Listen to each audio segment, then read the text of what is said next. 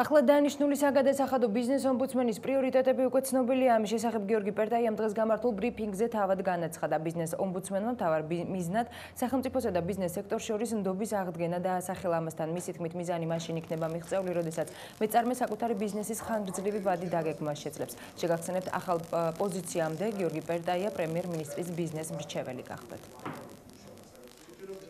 ბიზნეს ომბუდსმენის ფუნქციები განსაზღვრულია კანონით, გარკვეული წესები, კონკრეტული წესები განისაზღვრება კანონქვემდებარე აქტებით.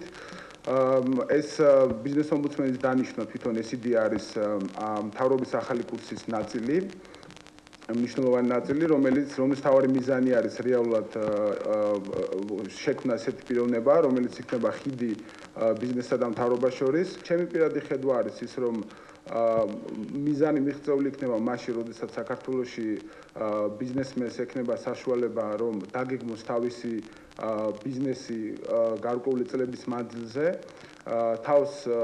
როცა ის იგრძნობს თავს დაცულად და მას ექნება საშუალება იხელმძღვანელოს საგადასახადო ან სხვა კოდექსებით, სადაც იქნება განსაზღვრული ნათლად დებულებები და ეს დებულებები არ დაექვემდებარება არანაირ ორმაგ ინტერპრეტირებას.